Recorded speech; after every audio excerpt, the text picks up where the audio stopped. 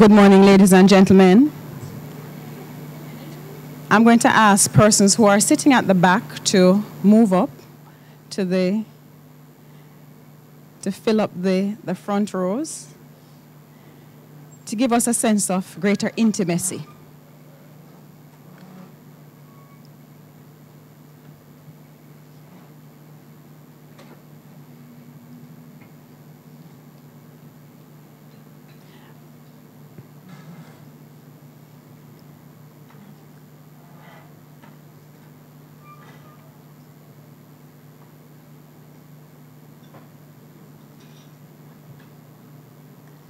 Thank you, thank you. I want to apologize for a late start. This was due to a few technical difficulties, but we are going to start now. And I want to just welcome you to the Business of Music seminar series, which begins today with the Women in Music seminar in particular.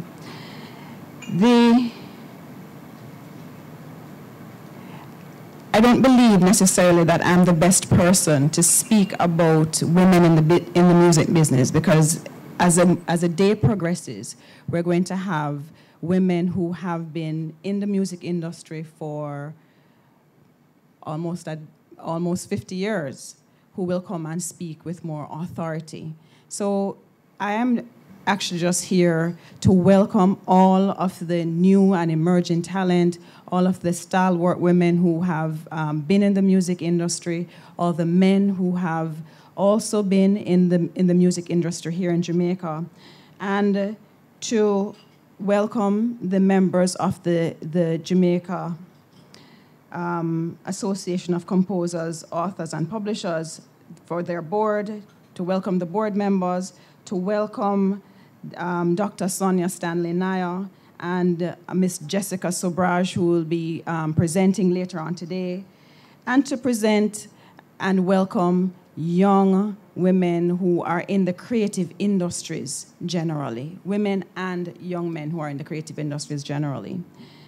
Later on this morning, the Honorable Minister Olivia Grange will be presenting, and at this time I'm going to welcome Miss Pam Hall, who is a recording artist and a member of the Jamaican music industry for a number of years, and also a director of the JCAP board. I just want to welcome her to the podium so that she can give you the opening remarks.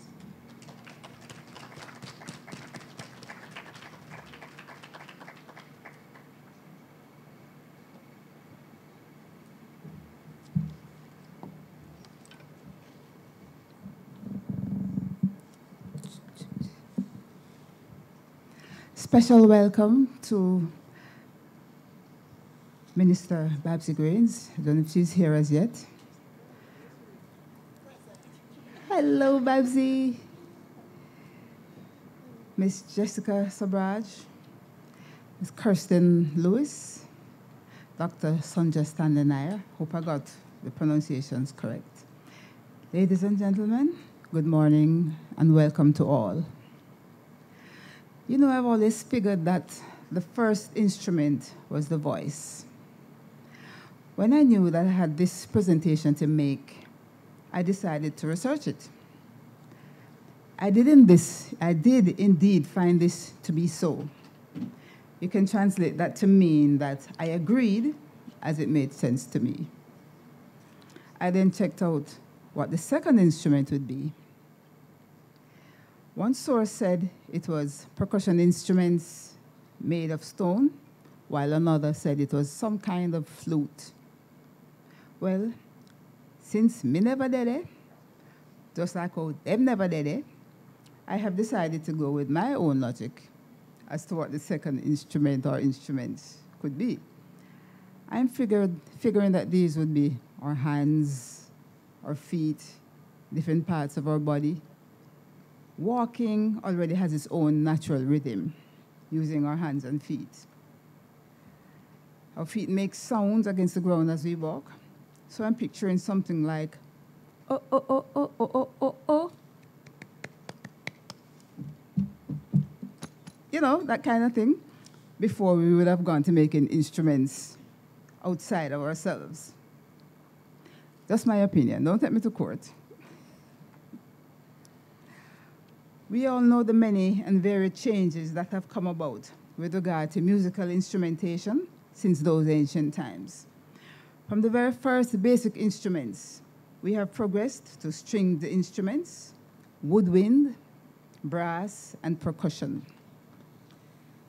We have moved further on to synthesizers, computer-generated sounds, not to mention the advancements made in the areas of recording and amplified staging of musical events.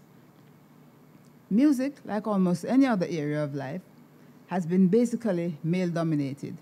Remember that women, like people of African descent, have come from a place of being owned, having no rights to property ownership, voting, and many other areas. I see this as a developmental matter which is changing as we speak.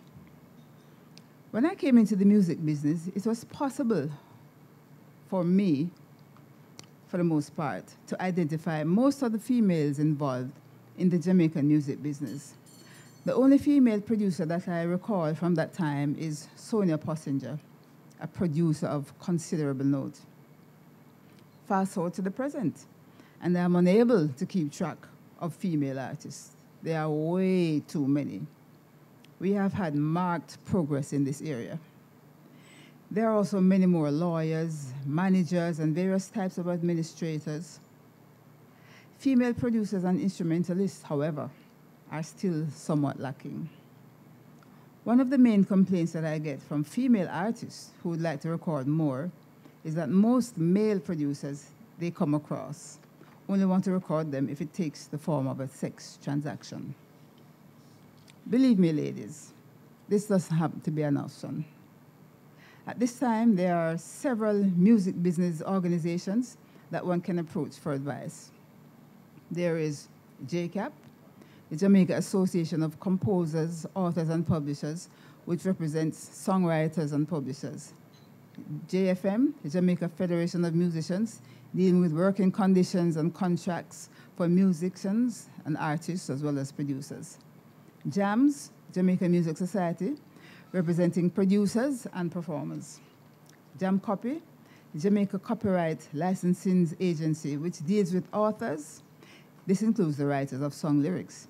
These lyrics, however, have to be published in your CD booklet for you to earn royalties from this source. There is much more information now available to would-be producers. However, it is advisable to seek guidance before taking the first step into production. I know of several cases where ladies have taken the job of being their own executive producer. That is, they are bearing all the costs of their production. They then hire a producer, usually a male, who puts all their tracks on his own drive and then claims it or disappears with everything. Hush, baby. Ladies, you no longer have to guess as much as we did back in the day. There are industry organizations which can give you good advice. Plus, there are other reputable, knowledgeable, and experienced practitioners who can guide you in this process. Visit the industry organizations, ask questions, make notes, know your rights before taking this step. It can be done. Just don't go in blind. You can also team up with other ladies, pool your funds, and get some production going. Those who you are waiting on had to do their first production also. You don't have to wait on someone to produce it. Just make sure that you have a clear agreement, and as I must re-stress, good advice from reputable sources. Promotion of your musical performances and events is another area of challenge. Airplay is a well-known area of difficulty. Airplay is very important, but there are no alternatives. How many of us in this room consume more social media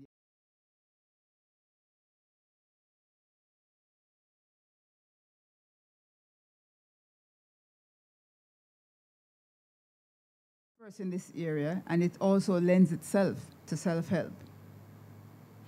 One of my pet peeves is that our tertiary institutions that conduct courses related to the music industry are severely lacking in the area of music business education.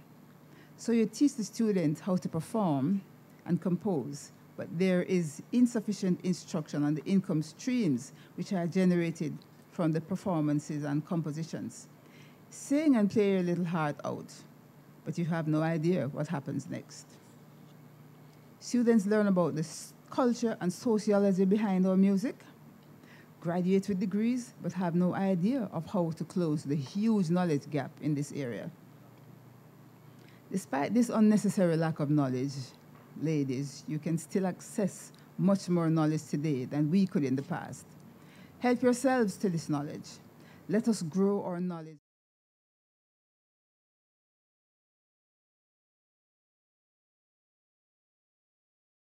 Yes, it's a complex and ever-changing one. I'm still fighting to learn and keep up. But I urge you to feel the fear, acknowledge it, and dive in anyway. Something will stick. For those of you who are first-timers at an event such as this, I say to you, you're on the right track. No pun intended. Join in. Get more deeply involved in this exciting business of music and learn as much as you can. Knowledge can only be to your benefit. Good luck as you continue your musical journey. Thank you.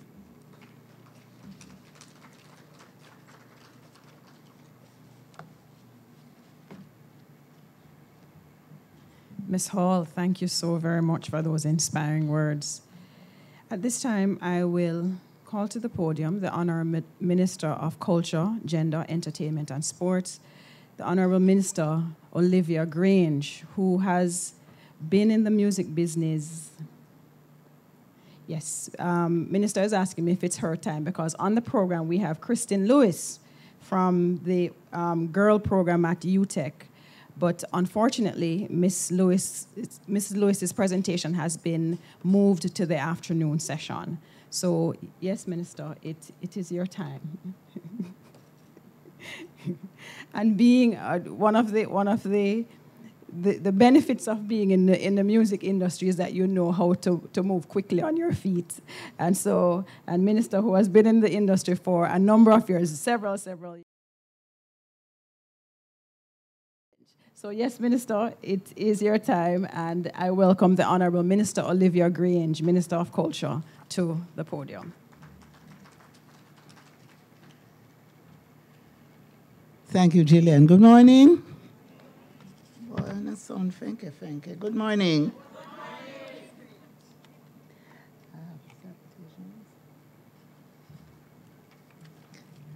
Now I have to follow instructions from Gillian. And so I've got a little list here of acknowledgments. So I wish to acknowledge Paul Barkley, Chair, JCAP, Pam Hall, Director, JCAP, Dr. Stanley Nair. Everybody knows Dr. Stanley Nair and their work. Ms. Jessica Sobraj, Women in Music USA. Members of jury, new and emerging producers, promoters, writers, artists, veteran artists, and women in the music industry. Ladies and gentlemen, good morning to you, and I wish for you a successful business seminar. And of course, I can't overlook Lydia Rose, the GM. Now, where do I begin?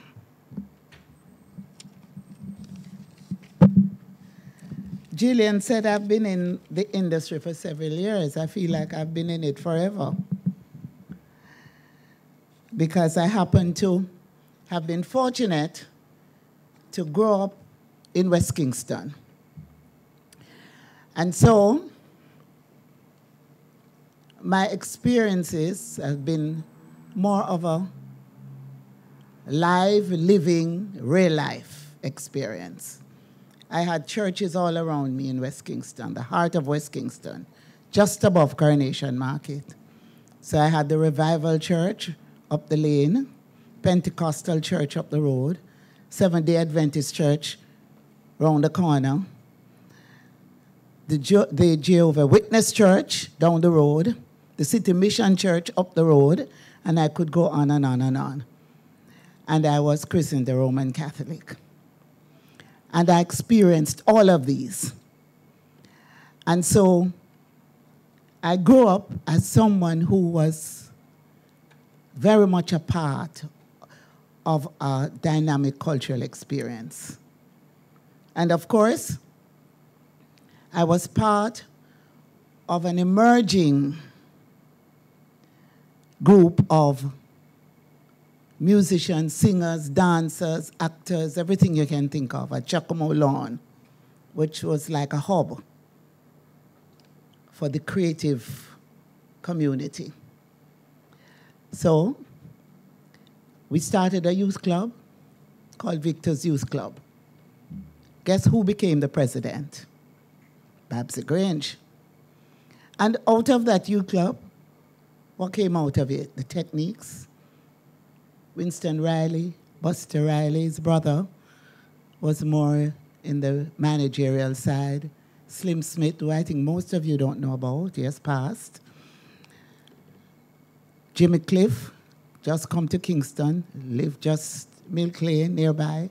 Ken Booth, Stranger Cole, and I could go on and on and on. And then a younger age group was Dennis Brown, and so many others. And then people like Olive Lowen would come, teach us music. So we ended up also with a folk group. Byron Lee would come. At that time, he was coming to experience the music so he could take it uptown. And out of that,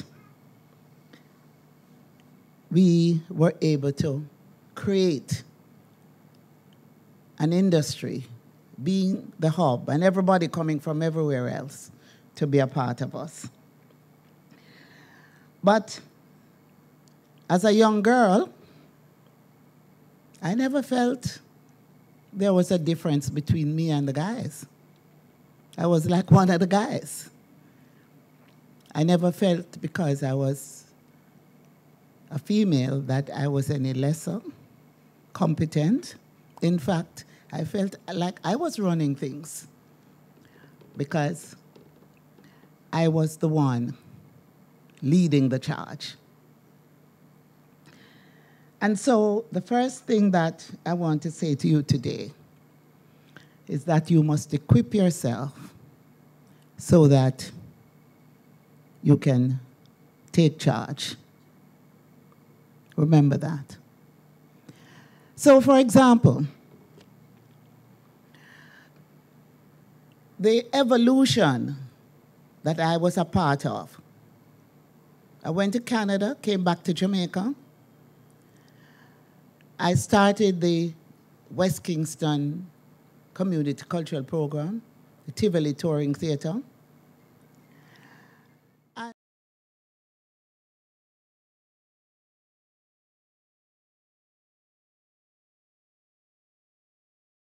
You'd hear that I drove the van, the bus, with the performers. So in anything I asked anybody to do, I was able to do it. The engineer turns up late, I can say, okay, let's hook up the equipment, let's set up the PA. And I knew what had to be done to set up the PA, to make sure the mix is right. In other words, the first thing you have to do is to equip yourself. You can't be masters of all trade. You can't be jack of all trades and master of none. But you must equip yourself with knowledge, basic knowledge, so that no one can come and tell you something and you just accept it.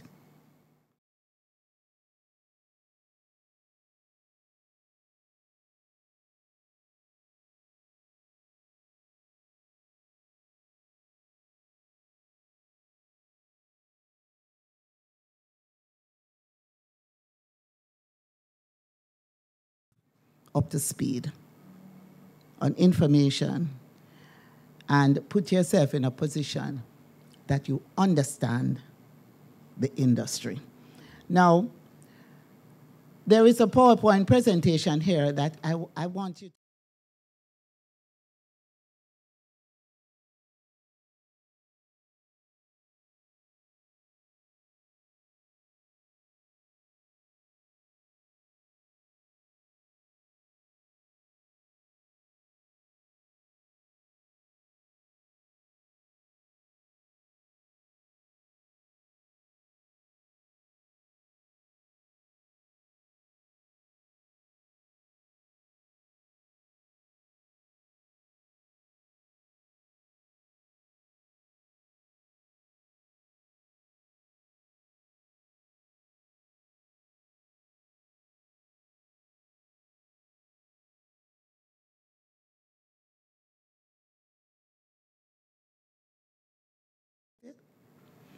I don't know the mix. I don't know how many writers, how many singers, how many producers. Huh? Yeah. So I'm assuming that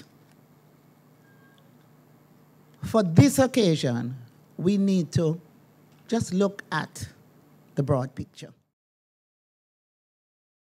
Specifics. So Jillian, you want to go ahead? Yes, please. Okay. Yes. All right. Thank you, Minister, who has put me on the spot. I will go back to the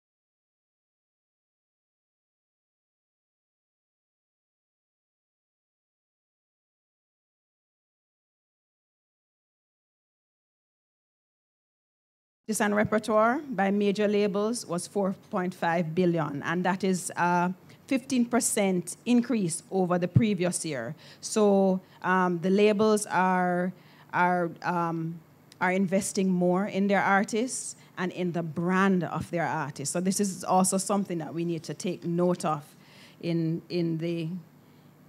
here in Jamaica. The Caribbean music industry.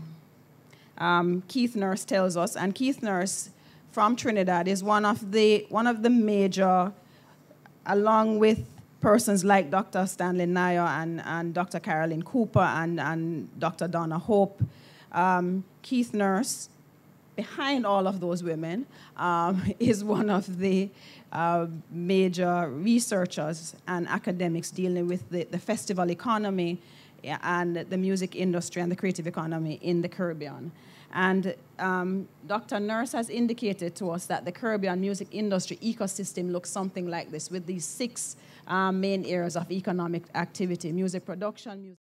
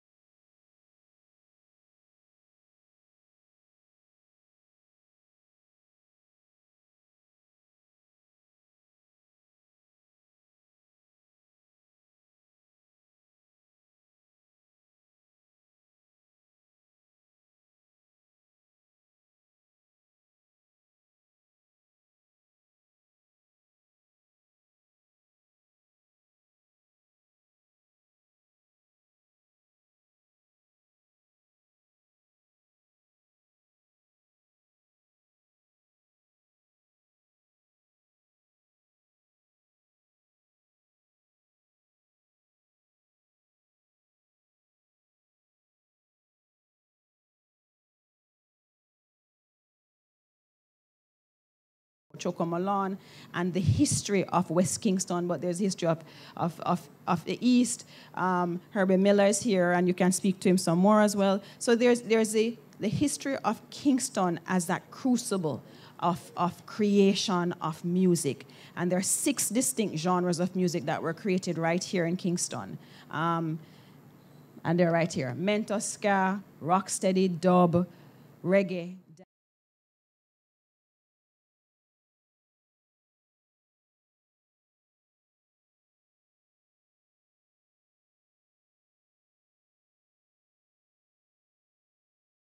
Right here in Jamaica that we really need to herald and be proud of. Sorry. Jamaica's investment in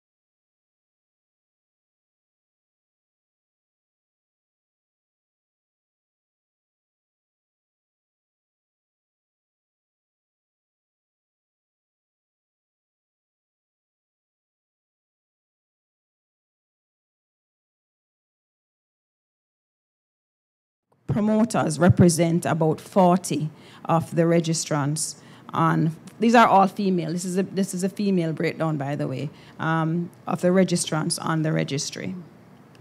And here I will turn over to Minister here as we look at the influential women who have been in the music industry. You'll notice that Louise Bennett Coverley is there. And she's there for specifically because she has so impacted the use of the vernacular in our music culture.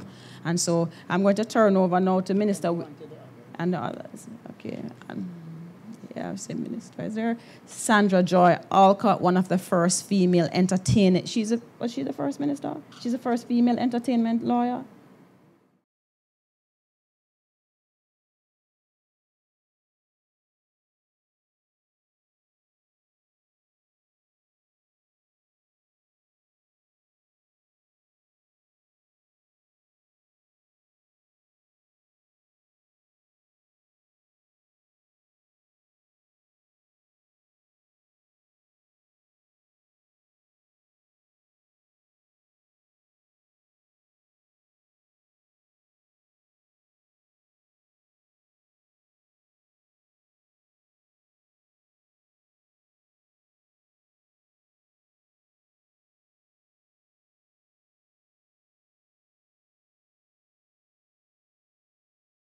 Walking you through my PowerPoint presentation.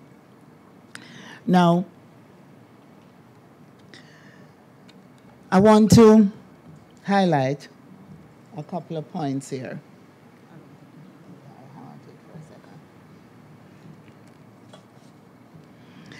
Firstly, I want to get a response from you. How many of you were aware of the information that has been presented here this morning? I just want to see the hands. I mean, the kind of detailed presentation. How many of you have taken the time to do the research? If you're in the industry, then you should make sure you know about the industry, and that's very important.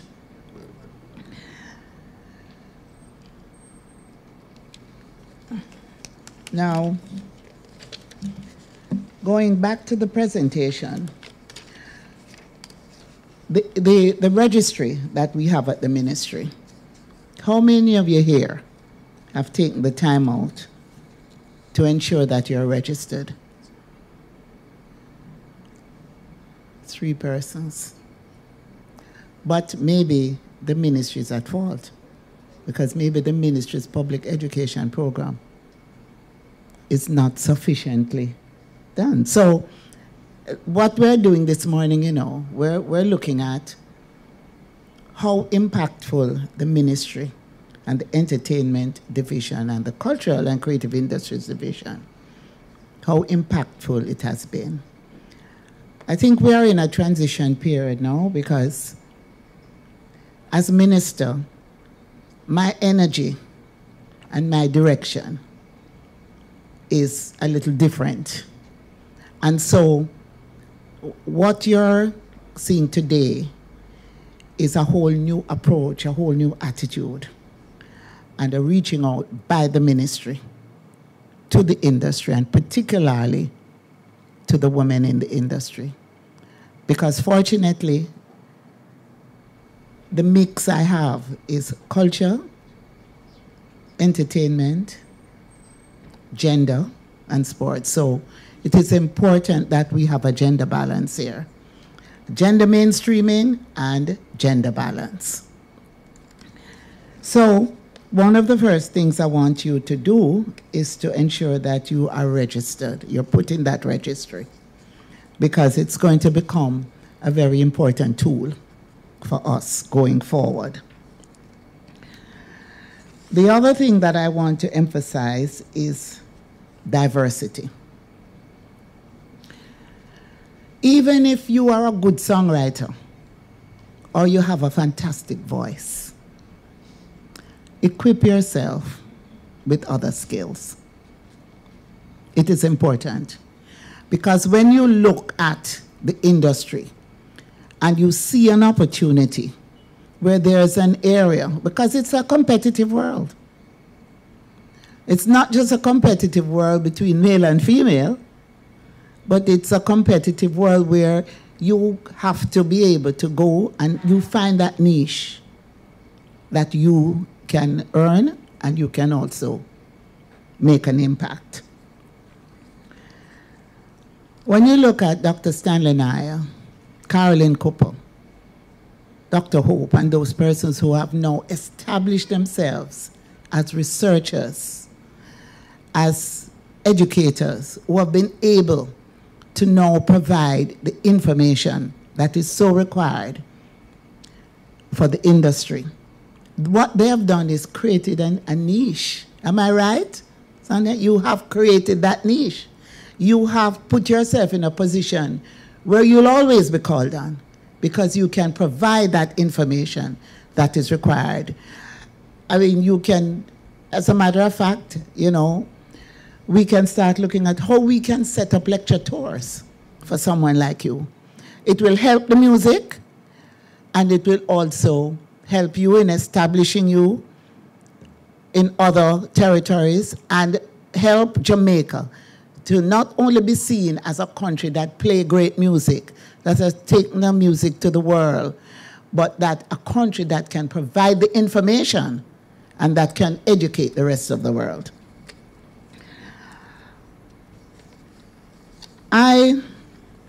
From my experience, I felt that my best skill was to manage. Although I could have chosen other things.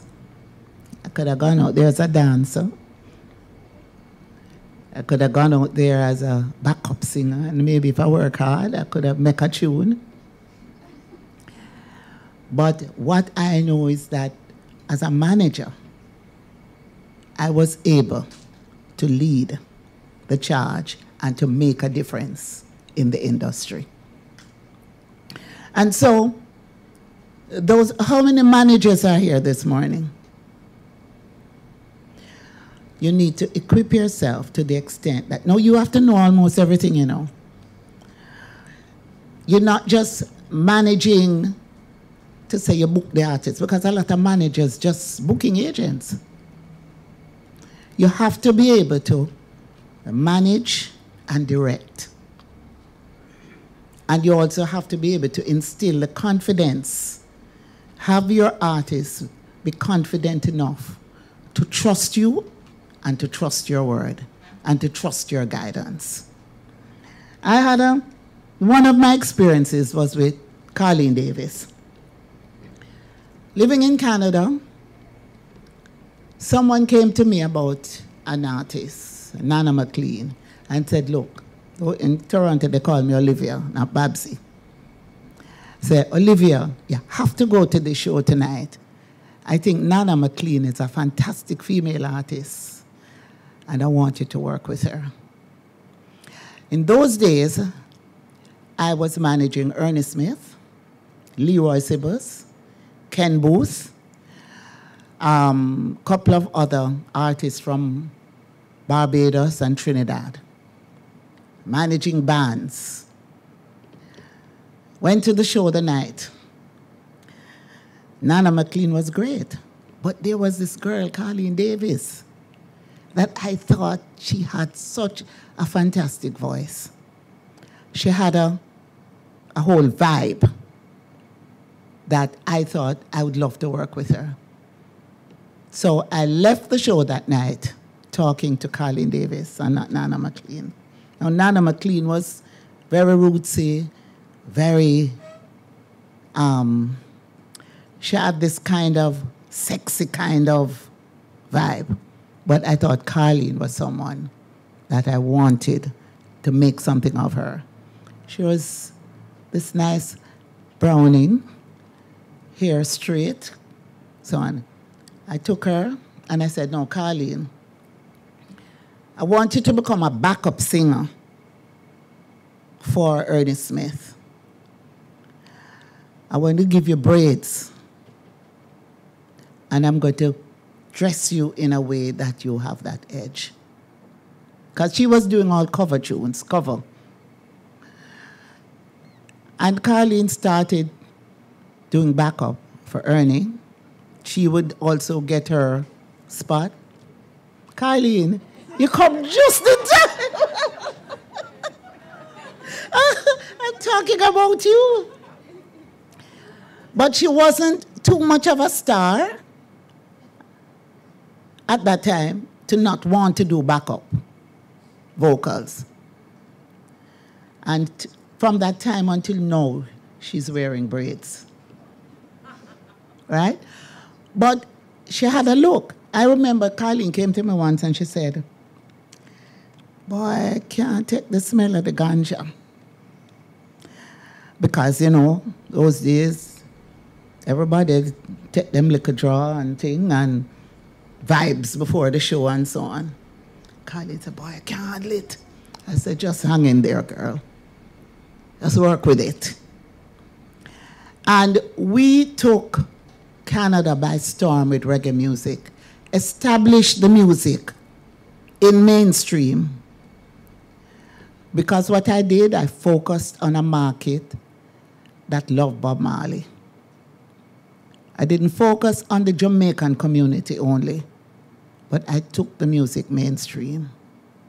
Partnered with a mainstream company that was promoting bluegrass music, which is like country music, but use their mechanism to take our music mainstream. And we had a tremendous impact and laid a great foundation in Canada for reggae music. So sometimes you're going to find you're in a situation where you're not very happy with the environment, or you're not very happy with the people you have to work with, but you have to stay focused and do what you have to do. And it is teamwork more than anything else. It's teamwork. Because each of us have our part to play. And if you have a good team, from management through to the person who does the technical work, through to the tour manager, the road manager, then you're going to succeed. I also want to highlight another point. Everybody can write. There's an African proverb that says, if you can talk, you can sing. And if you can walk, you can dance. And so, don't just see yourself as a singer. You can write. From you can think and you can conceptualize, you can put words together. And don't be afraid to work with someone else. You can share. But remember, publishing is your pension. Right now, I'm in discussion about the possibility of looking at the Island Records catalog, which has been sold to Universal, to see how we can get Universal to take that catalog, revive it, put it on iTunes, Spotify, or any other. Because once it's there, those writers will earn. And so whatever you do, always think about your pension.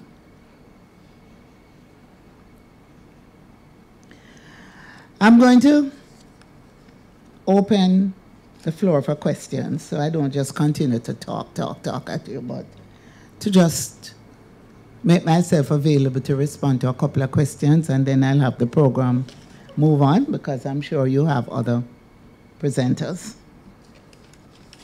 So I'll take a couple of questions, and then I will take my seat. Any questions?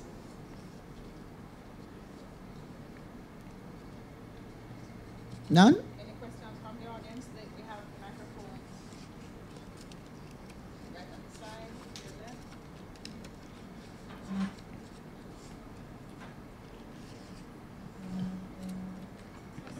Yes. The microphone.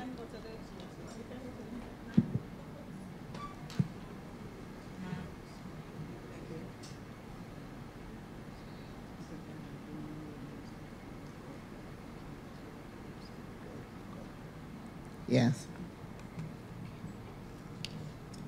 Yeah, go ahead. Good morning, Minister. I just wanted to ask, especially since gender rests within your portfolio, are there any plans to conduct a sort of robust survey into gender issues in the music industry, gender gaps, issues of sexism? Are there any plans in the short term to conduct such a study? Yes, there are plans. There are several plans which we will be unveiling soon, and it includes doing the kind of research survey that's necessary in relation to the gender issues and other issues that would impact on the music. And in addition to that, there is a plan to establish an insurance scheme for the industry. But that information we will unveil maybe in another couple of months as we work through the process. So I wanna, yeah, go ahead. How do you find it dealing with the men versus the women in the industry?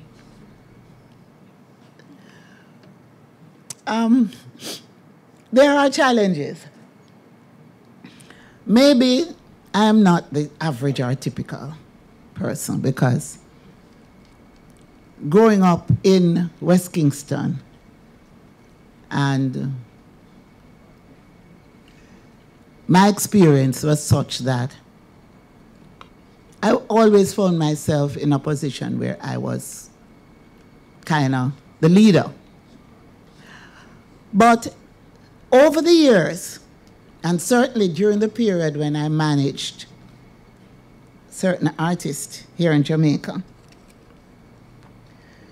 I did have my challenges. But I remember on one occasion, I had a little issue, a little problem, which could have become a big problem. And this is not for the record. I had to thump a man. One box. And he got on the phone to make a call. I said, yeah, call my daddy. I want to come, see if I can deal with all of you. You have to be brave in this business.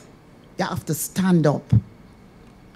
And you have to take your stand and you have to take your position. If you look like you can't do that, then they will always push you around. You just have to be very strong, very firm, very focused, very confident, and be well equipped to do a good job. So, not everybody is like me, but find a team. I keep saying, a team.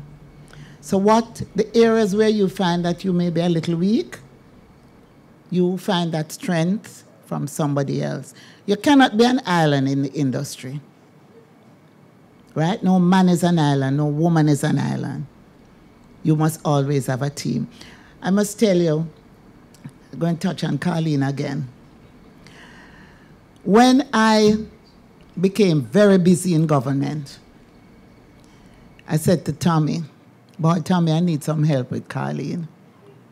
I want you to book her for me. I said, booking her, I didn't say manage. So I want you to do the bookings for me. Well, Tommy booked her. But he booked her real good. Because today, she's Mrs. Cowan. And I'm godmother to their children. But you have to recognize at times if you're not in a position to give that artist the maximum attention, then you must be willing to share or to let go.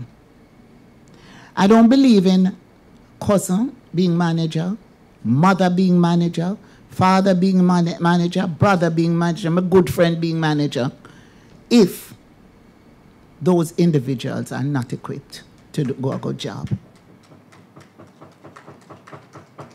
And there is too much of that in this business. I'm not saying that they can't learn,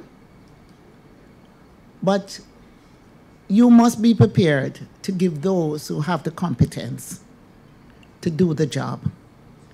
And then you can, because if you feel more comfortable with someone who is related to you or someone who is close to you, then have that person learn the business. Not learn and experiment in the business while they're managing you, because it can hold you back. Another thing, if you're a good songwriter, don't feel you must sing your song. Because maybe somebody else can sing it better than you, and you end up with a huge hit song. And it's better that you allow your creativity to get out there, to flow, to earn for you, rather than you hug up this great song saying, boy, me want to sing my song, me no want nobody else sing it. So there's a lot to learn. There's a lot to learn from experience, but you must equip yourself to the best of your ability, so you give yourself the best chance and the best opportunity in this business. So I thank you, and have a successful seminar. By the way, you have to be prepared to work hard, to work around the clock if needs be.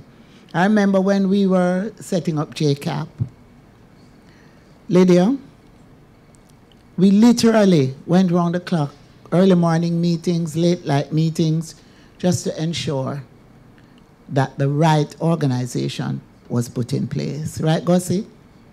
Gussie is here? Gussie's not here. So get involved as well.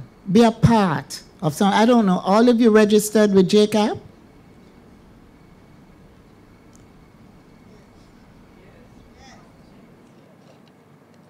Okay, thank you so much. Bye.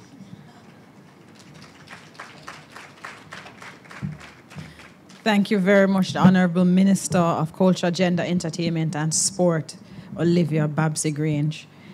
At this time, I'm going to ask, I've been advised that Kristen Lewis from Girls Using Ubuntu, Respect and Love for Entrepreneurial Success Initiative at the University of Technology is actually here. And so I am going to ask Ms. Lewis to come to the podium. Welcome.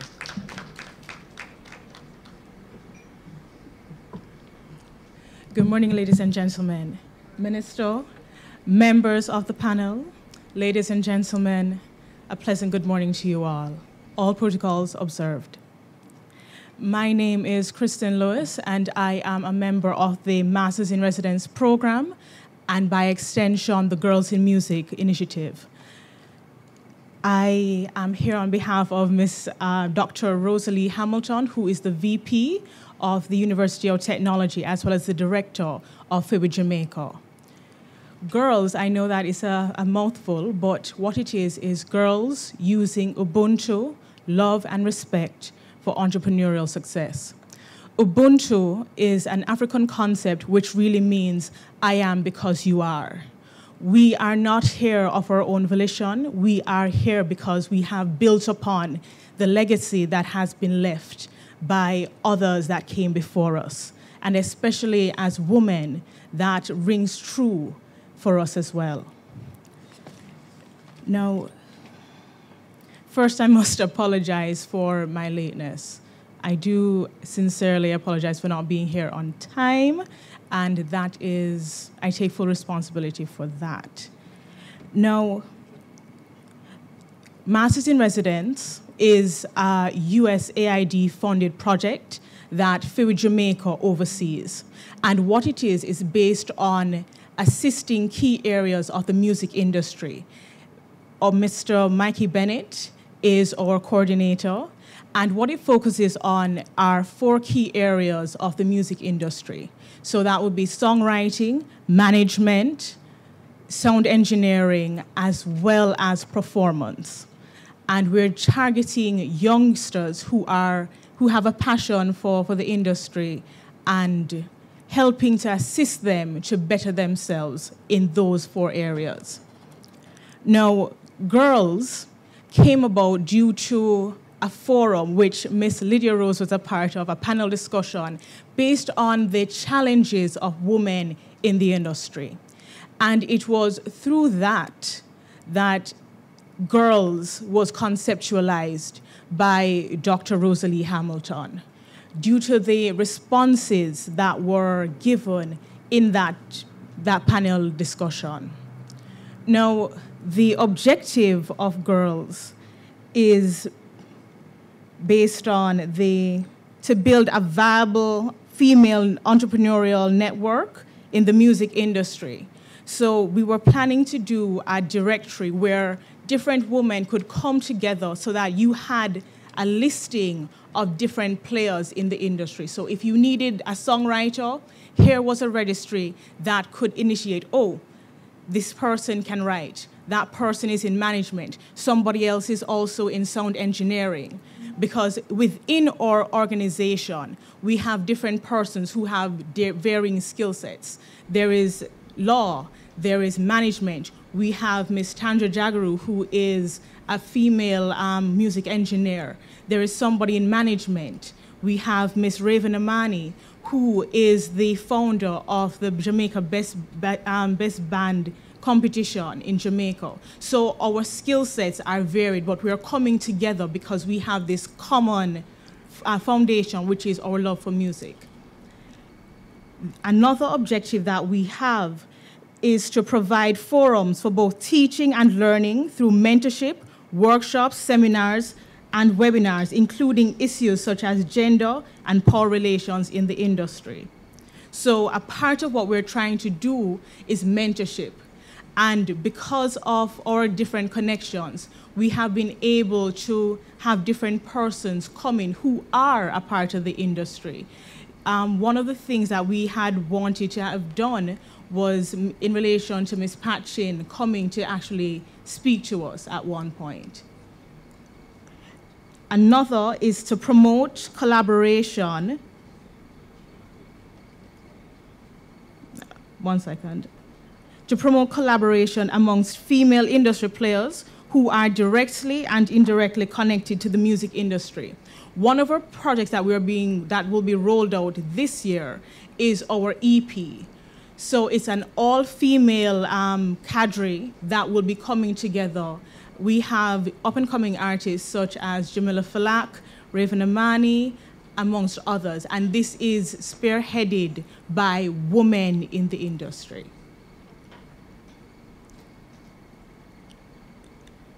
We also want to promote unity and sisterhood amongst females in the industry. As Minister had said, no man is an island, no man stands alone. We need each other to survive, and we need each other to thrive, because in a male-dominated area, we need each of us to come together and also to work with the men, because we need each other. It's a balancing act. To raise awareness about the complexity of issues affecting females in the fraternity, and to find, advocate, and implement viable solutions to said problems.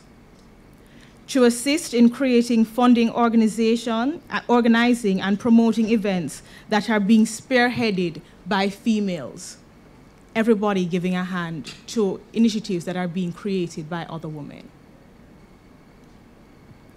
Now, when the presentation was being made, there was mention to Miss Sandra Alcott, who at the time was the founder of one of our female advocacy groups. And we actually, through Joan Webley, met her daughter. And girls as well as WIM, which is Women Healing in Music, is an initiative that has been created by Joan Webley of Nanook. And what it is that both of our organizations have come together because it's about unity and collaboration as opposed to competition. So through that, we met her daughter, and it's a continuation of what has been done before, because we are here to build upon the work of other strong women who have come before us. Now,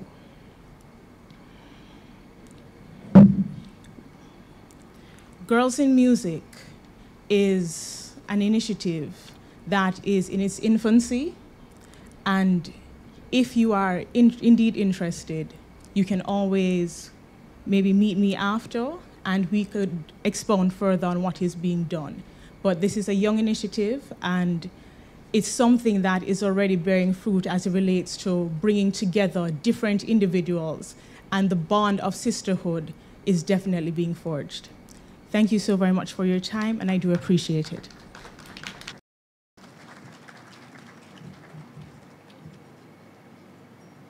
Thank you so much.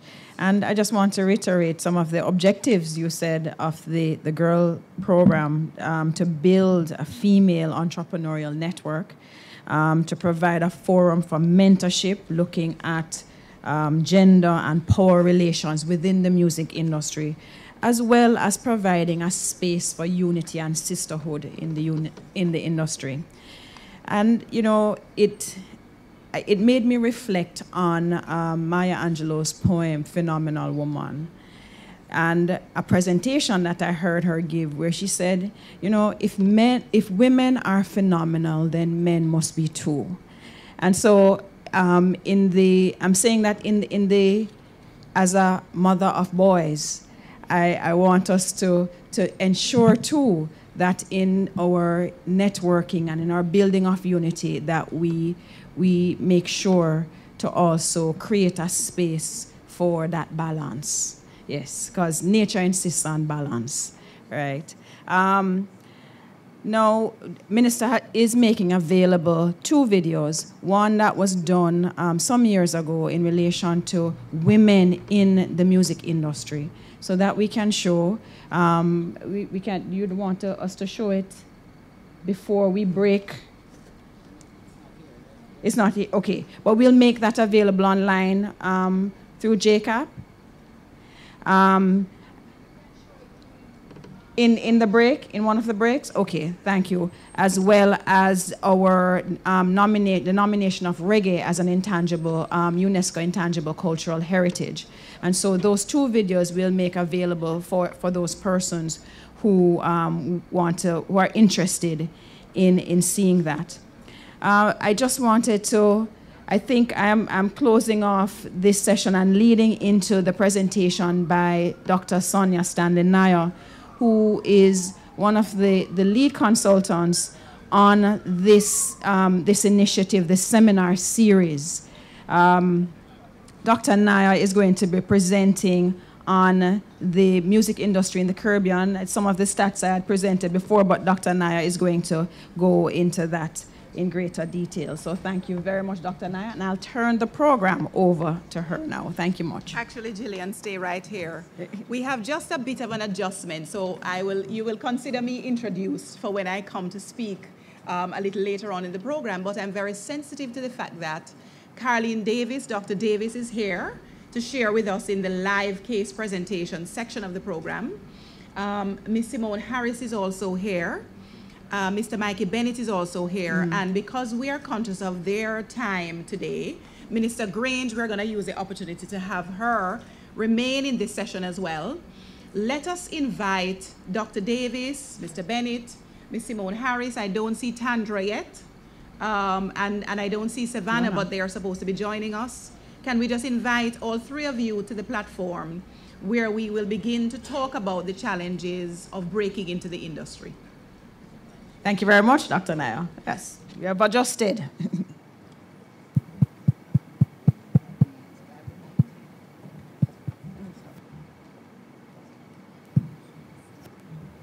Just sit anywhere? Yes, please.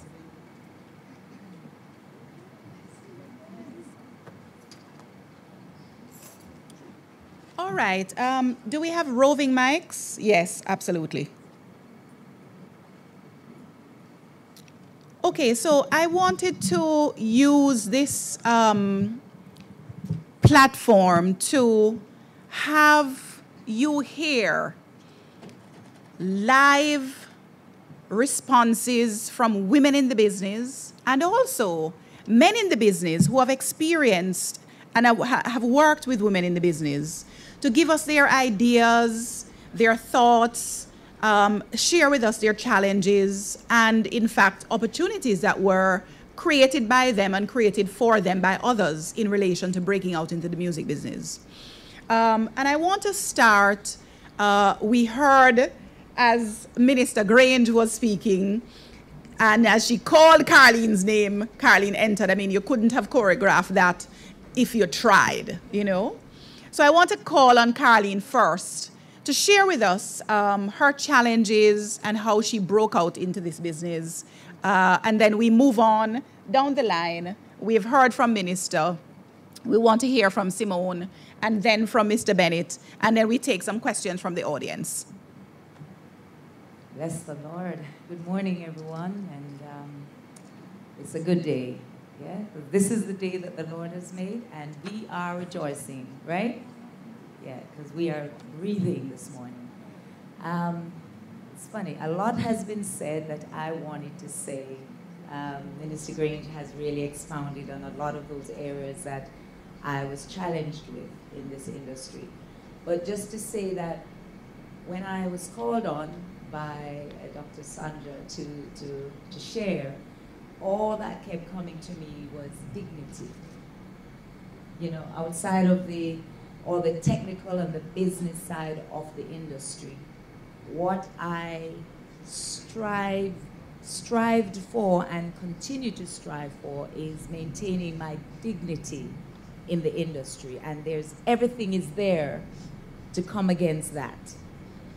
And you have to always be, you know, recognize that your gift and your tool is actually your whole being. It's your body. It's everything about you as an individual. Your ears, your eyes, everything about you is being exposed, is being thrown out there.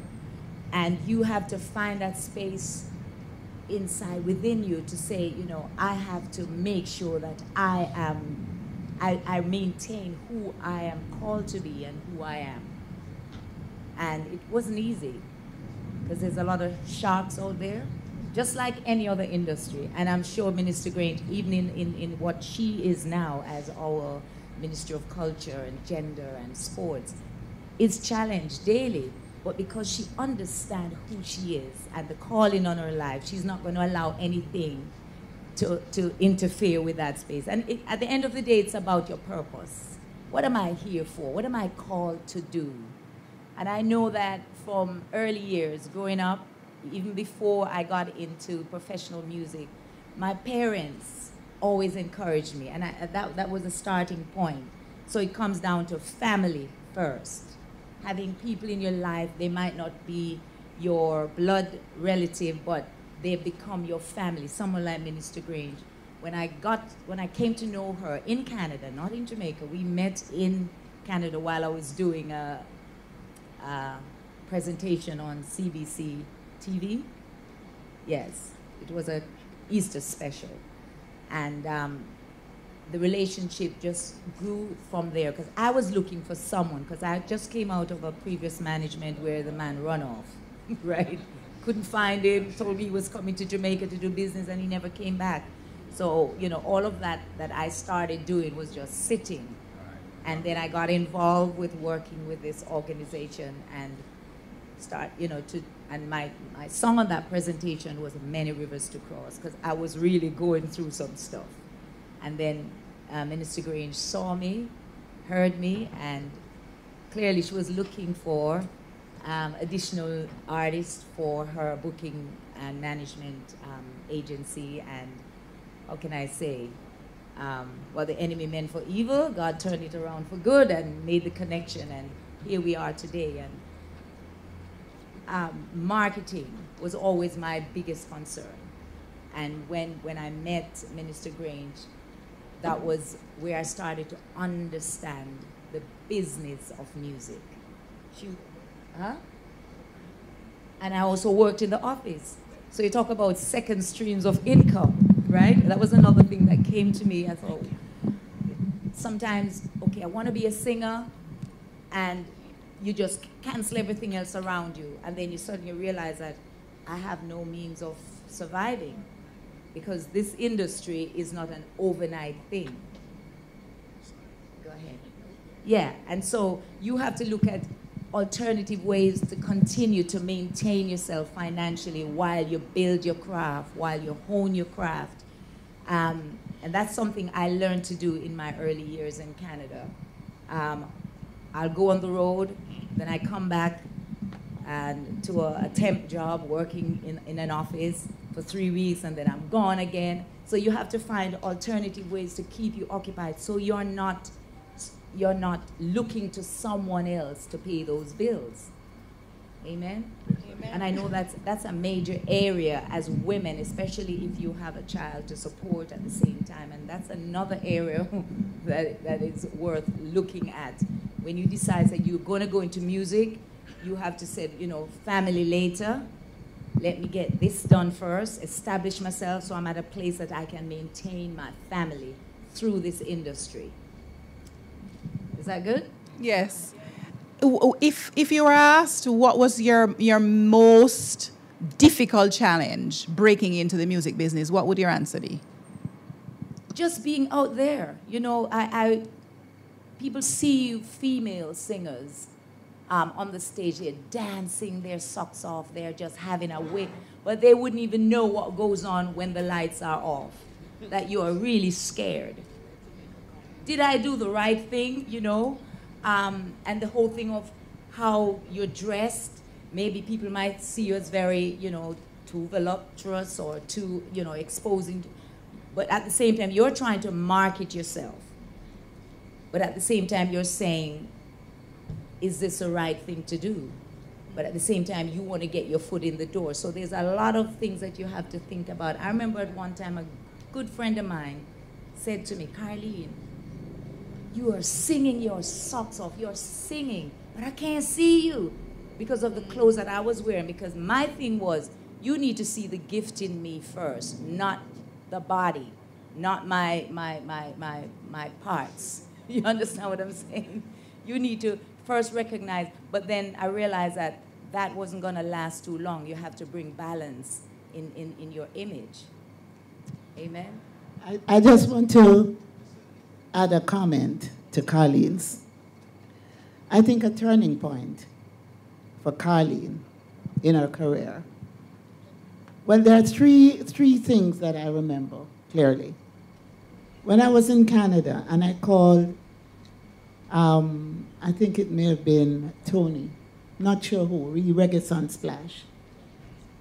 And I said, I want you to put Carleen. Hi, Ernie. Morning. Call your name earlier. I said, I want Carleen to appear on Reggae Sunsplash. And they said, but we don't know much. You know, those days you have to have a big name. And I said, I want her on Reggae Sunsplash.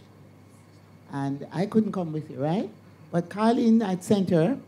She came to Jamaica and she performed. And she did so well that they said they wanted her back the second night. And I think that motivated Carleen and really made her feel good, because Carleen was moving from a performer who did covered songs, who covered songs, and who really wasn't out there and exposed in the industry. And then when we came back to Jamaica, I remember the festival song competition, and some people think that maybe the festival song competition is not something that they should even entertain.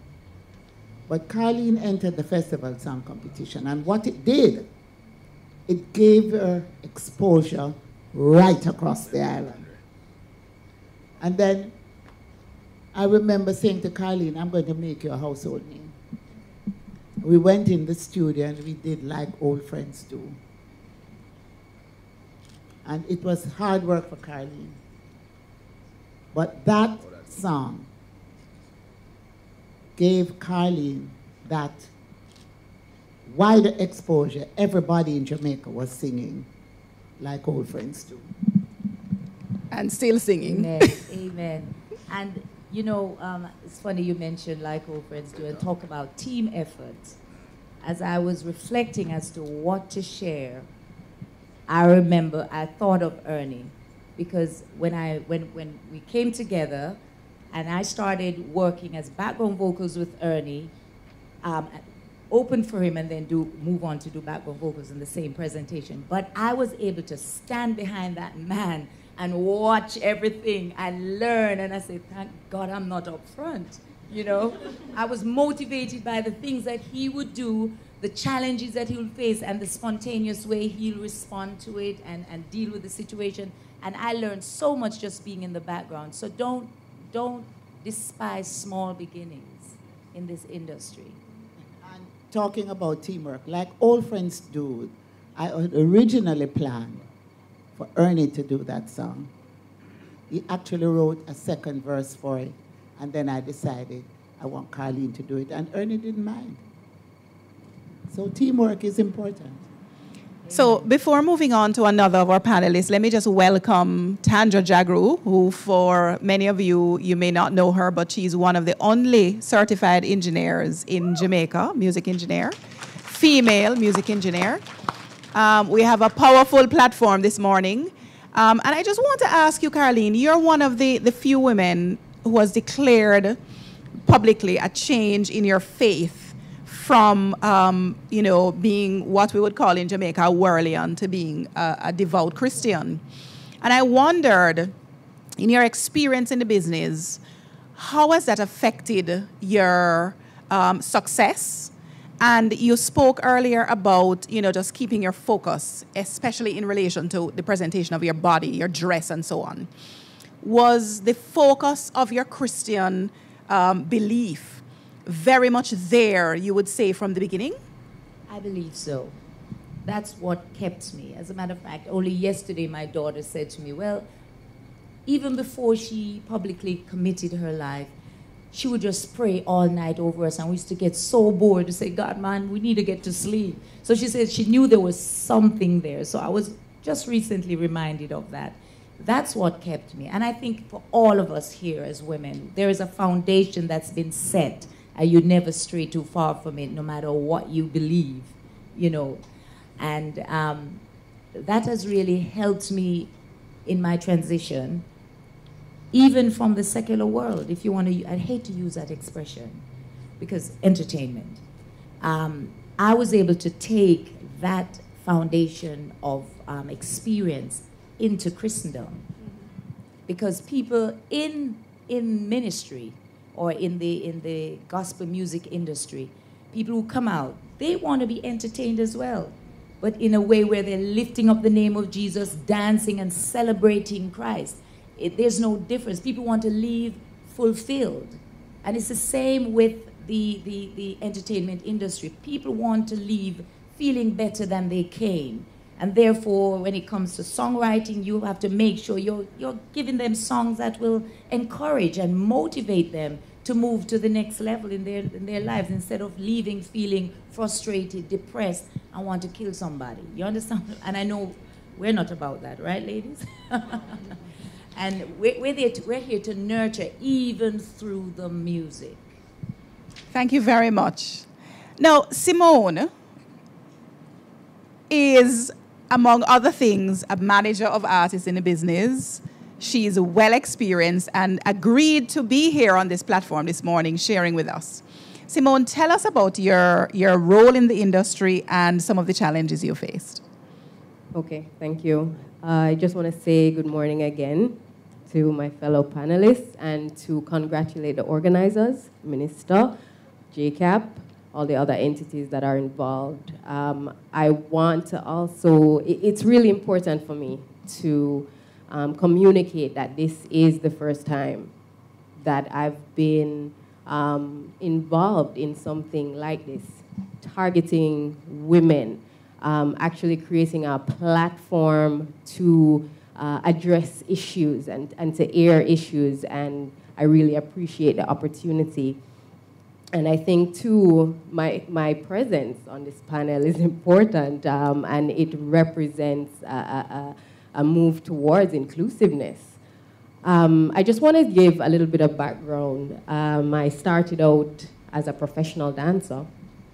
My grandmother, my great-grandmother, they were dancers with Queenie. I am Seven Blue, Yang Kung Kung Pikibo. I'm a descendant of Maroons. I'm a Maroon child, and so music has always moved me.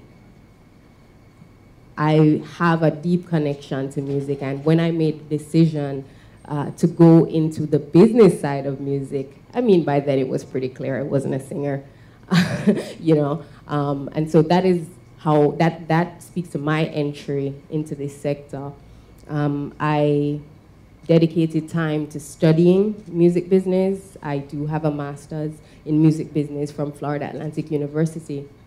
And when I spent a lot of time in the US, focused on the area of capacity building, really, where it in relation to music and entertainment, not just for Jamaica and the diaspora, but in the Caribbean as well. And when I made a decision to move back to Jamaica in 2012, it was really tough because I was coming from a background in America where talent, young talent, I mean, they're all over, dime a dozen. There is this intense hunger, and the approach to pursuit of success in music, it was a little more structured. And so there was the infusion of technology, it was different coming home. But I saw where there was the same hunger here, and I wanted to contribute to that. I taught at Edna Manley. I was able to teach music business alongside one of the great stalwarts, Ibu Cooper. I met people like Mikey Bennett. I was able to reach across the aisle and work with different kinds of people. Minister earlier spoke to diversity in your portfolio, and diversity for me was very important. Music business, the music sector, it's about supply and demand, and I believe in supplier diversity. And so I recognized fairly quickly that there were specific diverse communities in Jamaica that didn't feel like they had access to information, but they had talent. They didn't have access to resources. And since 2015, I've dedicated my time and my expertise in music business to servicing these diverse communities and paying specific attention, because I am a woman, I am a feminist, I'm a part of the LGBT community, and I recognize that there are gaps and the issues that women in general face. We all face the same challenges. And so I'm committed. I've committed time, my resources, and dedicated myself to ensuring that there is a wider pool of women who have access, who have the opportunity to break through and have commercial success in music business in Jamaica. So asked, what was your major challenge, whether in the context of the United States or on your return to Jamaica inside of the business, what would that be? Major challenge. I've been accused of being too academic. Coming into the industry here from an academic place. In my approach, being too formal. Insisting on paper trail. I think a lot of that has to do with my personality. And I look at music business, I mean, why should we not have structure in place? And why should I be meant to feel bad about myself and my approach because I'm a woman who is insisting on structure? but I want to say the things that have gotten me through and enabled me to push and keep at it in this business. I believe in what I'm doing. And if I can change one person, if I can provide an opportunity for one person, I would have made a difference. And I have been able to do that. Earlier, there was mention of the Fimi Jamaica project and the release of that all-woman EP, which to me is phenomenal because I know that the material that's coming out of these young songwriters and artists, it's on a social level, it's groundbreaking, and I was able through a mentorship program of my very own, able to find an artist who is going to be included on that EP. She had never had any kind of professional recording before. She's part of a diverse community that I represent. And I felt good that there was this platform to enable that. Thank you very much, Simone. Before we move on to Mr. Bennett on my left, I want to just welcome Savannah Siren to the platform. She has joined us, agreed to share some of her time with us this morning, and we're very grateful to have her. So, Mikey. Yeah, man. You must be wondering, okay, so this is a Women in Music seminar. What am I doing here? It really don't get no better than this. The only man on the platform with us this morning. What can you share with us about your experience working in the business, songwriter, producer, so many years, singer yourself? In your experience working with women, what have been some of the challenges? Well, I think two stories I can tell you quickly can sum up my experience. I'll show you two differences. I was working at King Jammy's one day, and I saw this young lady come in. She was just, full of energy. And she came up to me and said, listen, I'm going to be a star. I want you to record me. And I said, yeah, sing something for me. And she just started to sing. Her name is Patra. Right? Fast forward a couple years later, I was working in a group called Ashe, and I was waiting for them at the studio. This young lady came in, and I said, who are you? And I said, I'm Shireen, and I want to be a star. And I said, sing for me. And without a hesitation, she started to sing, just like that. She was underage, and I said, listen, you're going to need to bring your parents. By the next day, her mother was there. When her mother came into the studio now, she said, you sure this is a studio? I said, why? She said, I don't see no boys running, and I don't see no ganja smoking and things. I said, so that's what you think a studio is? She said, yes. So that's why she was very apprehensive about sending her daughter there. I said, okay. So I said, my place don't run, sir, because I have teenage girls. She said, oh. Fast forward a couple of years, I have this, one of the best voices I've ever heard in Jamaica. A young lady came and she was around the studio one day, man. She could have sing and she could have sing. She was from Upper St. Andrew. Nice, nice.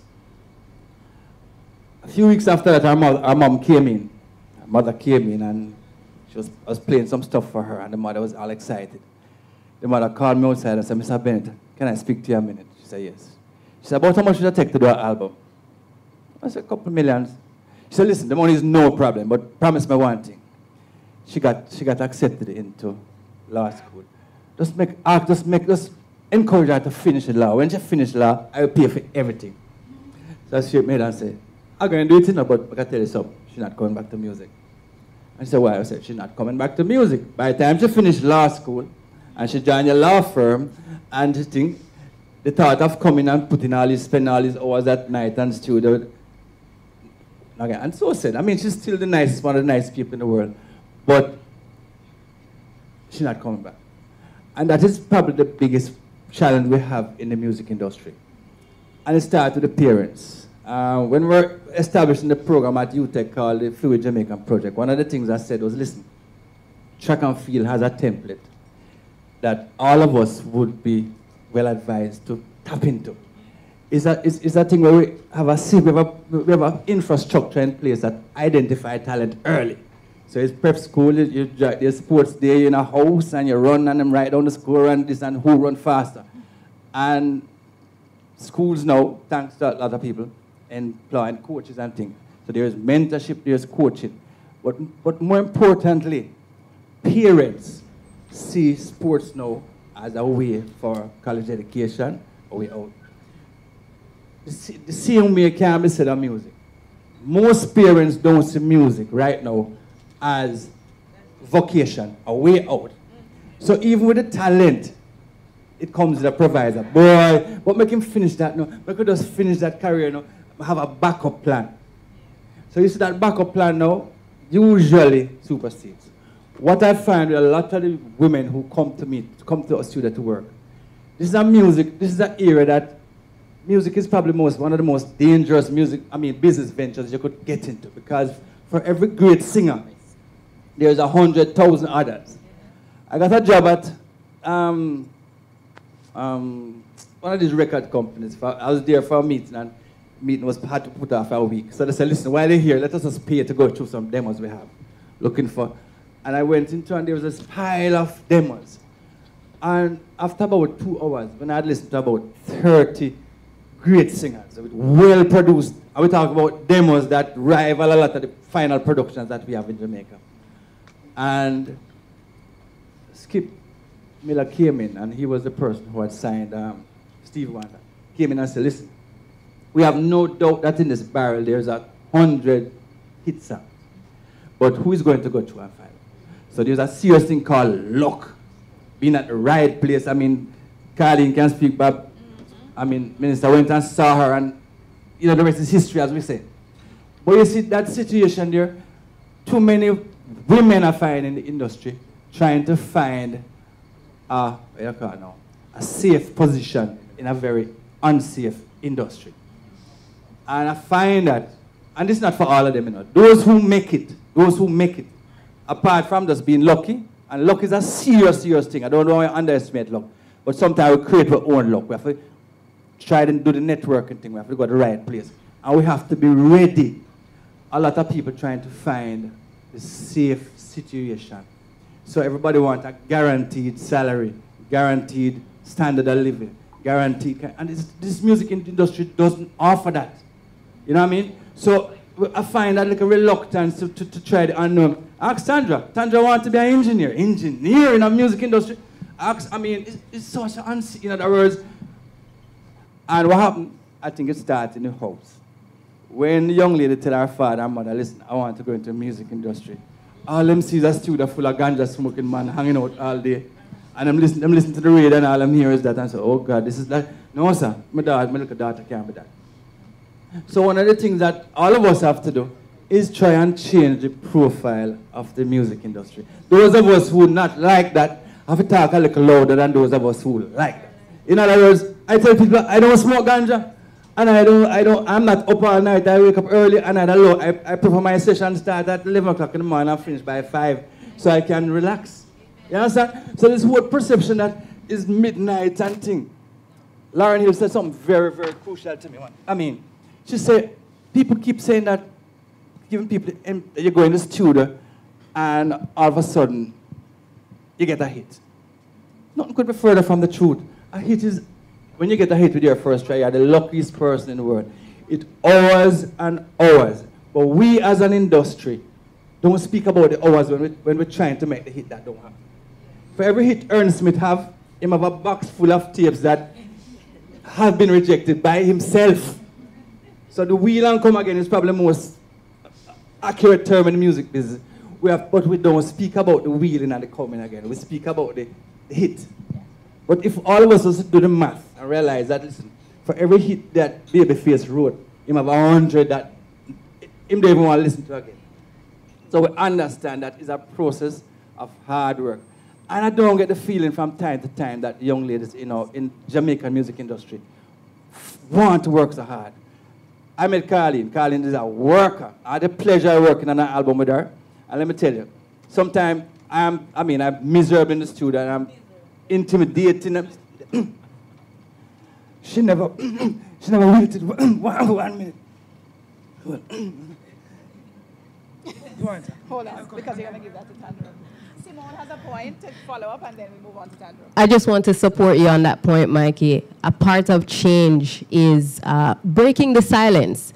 So there are a lot of misconceptions about the music business in Jamaica. So we'll hear the stories of the discrimination because you're a woman, or just like sexual advances and that kind of stuff. But we don't hear the other side. We don't hear the voices of women who that may have not been their experience at all, and they've done well and they've gotten very far.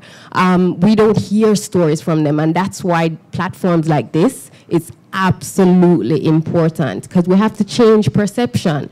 You mentioned maybe more women not working hard enough or being willing to work hard enough. We're in the age of the quick win. Reality television, it seemed like, people get to success like a triangle. You just shoot up there. We don't see all the work that goes on in the back, and that's why the voices and having conversations like this, we need more of it to counter that reality show. Yeah. Thank you very much, Simone. So, Tandra. Good morning. Yes. I haven't seen you in a long time. Good to see you. In fact, when I heard we wanted to invite you, I was like, Tandra is in Jamaica. Yeah, I'm here. Anyway, so Tandra, tell us who you are, your role in the music business, and what have been some of your challenges breaking into this industry. Good morning, everybody. Good morning, panel. All right. So my accent indicates I'm not from here. I'm from Canada originally, but my parents are Jamaican. I'm very familiar with Jamaica. I've always grown, come here, back and forth and everything. There's nobody in my family that does music. Let me just say this first of all, okay? So, and I have a bachelor's in physics. I wasn't looking at music. I like to DJ. I like to spin some house music on the weekends, right? But that was my only exposure to music. So after school, there was this bachelor, and I'm like, okay, what am I going to do with this? And then there was still DJing on the weekend. So anyways, long story short, I found this other, this audio engineering program in Toronto, took the program, met some phenomenal engineers and studio owners, got a job working at the studio, one of the studios that I used to go to school in, or whatever. End up at the studio working, and it's the only reggae studio in Toronto called Slam at the time. And there was about 5 or 6 different engineers, and they were so encouraging. They just wanted me to succeed. I don't know what it was. They were like, no, we don't see women. We don't da-da-da. I'm like, okay, cool. I'm here, guys. I'm doing this. But there was one engineer in particular named Sean Rasbagel, right? And Sean was Jamaican, like legit. And he just come up, right? And he's in Canada. And he was just like, yo, these guys, they don't know what they're doing in terms of mixing. And I always wanted to like mix. I'm like, okay, I get the studio part and the tracking and all that stuff. And it's cool. But the mixing seemed like there was something really special about it. So I really wanted to know what it was. And then, of course, being fascinated with house music, I really needed to know like what this big mixing thing was and whatever. So that curiosity, plus some other things, led me to Jamaica. There was a client that was coming down. His son was 14 at the time, and the record label sent him down here to do some recording. So the father was like, listen, T, come, because I think you need to see what's happening in Jamaica, because just for whatever reason, because I've been now like working in Toronto for about 4 years. And this is analog, and when Pro Tools was just coming in, so it was more analog, not so much digital. And he's like, yo, come down to Jamaica, come and see what's happening, and you know, the whole nine. So when I came down here, now I've got these skills with Pro Tools up in Canada. I reached Jamaica, and they're half tape, half, you know, digital. So a lot of the studios that I went to at the time, the Pro Tools was down. So I would just come in and be like, click, click, click, click, click, and they're up and running. They're like, yo, You staying here? What are you doing? Yeah, understand, right. So I utilized my 2 weeks, man. I went everywhere. I met everybody. And I just really liked it. And I got very emotional because I was like, am I going to go back to Toronto and quit teaching? Oh, yeah, at the time I was teaching audio engineering, right? And and there's a little bit of a little not nice feeling in my stomach every time the graduates would go on and they would leave and they would have like some sort of interesting story. And here I am teaching. I'm like, yo, you know, said no, I'm too young for this. I can't. I don't want to be here. I need to do something else. So, anyways, it helped me make the decision to come back to Jamaica, and I was really comfortable with the thought of coming here. And after seeing all the different studios, I was like, yeah, this is cool. This is way cooler. Being in Toronto for 4 years, I never ran into one named artist. It was pure man where would come, they would do them thing, the music wouldn't leave them vehicle. You understand? I was like, no, this can't be my future, no. So when I came to Jamaica and I'm meeting Bounty Killer and Berries and Steely and Clevie and like some big people, you're like, but I only see your names on the back of albums. So you know what I mean? Like, I was sold. So I think a few months after that, I think by the December of that year, I don't even know what year that is. God knows, it's been so long. It's more than, we're talking like 12 years, right? I moved to Jamaica and I came back and, right, I started at Anchor, but I'm an industries girl, really and truly. I don't like too much formalization in my life. It just makes me uncomfortable. I don't know why. Anyways, so I was, Gussie got a little bit vexed with me at the time because I would leave his studio and I would go to mixing lab at nighttime and he just wasn't really, I don't know, he wasn't personally vexed, but he was kind of vexed about it. But anyways, I left Anchor and I stayed at mixing lab. And then eventually I just started to freelance all over the place.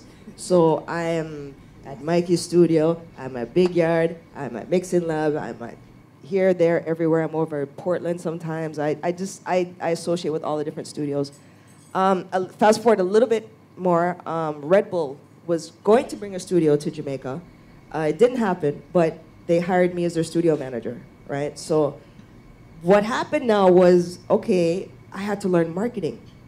Not marketing music or business or anything like that, just marketing in general because, you know, the company is about their can, really at the end of the day. So you have to learn their marketing principles and how they work and everything. And getting to know the company, I was like, wow, this is a very interesting company.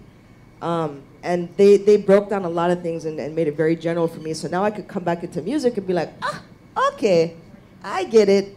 I see what's happening in front of me now. And life just started to make a lot more sense when I came up out of the engineering chair, right? And then I just became, I don't know, my curiosity peaked again. And boy, I kind of was feeling a little stagnant for some reason, and I couldn't figure out why I was feeling so stagnant. I just felt everything was, again, like while I was teaching everybody was rising up above me. I was like, how come I'm not going nowhere? How come I'm just here? How come I'm just engineering every day? How come I'm just pressing record every day? I don't like this. I don't like this, all right? So mix this now with the marketing, mix this with the other different things that you can do in music, which is managing, artist development, promotion, you name it. Getting into these other areas. Also, talking and speaking with and doing work with people who are not in Jamaica also helped to broaden a lot of things. Because sometimes just working with and in Jamaica makes you feel a little isolated. And you can't see, you know, some of the solutions that are sitting right in front of your face. You cannot see it for the life of you. So anyways, now I'm mixing up now with some foreigners and some Jamaicans, and I'm this and I'm that. And then about 3 years ago, I decided to take on one of these artists because everyone's bugging me because they're like, yo, you're smart. You must know what you're doing. You do that. Doesn't mean I actually want to take somebody's career and do anything with it. I don't know why. I just was not interested. Somehow, Tanta Blacks got under your skin. Got under my skin, and he was like, Tanja, come, man, you come, just fix up my thing, man, fix up my thing. So I was like, all right, my business partner and I, we sat down and we looked at him as a candidate because at the time we were at 007, so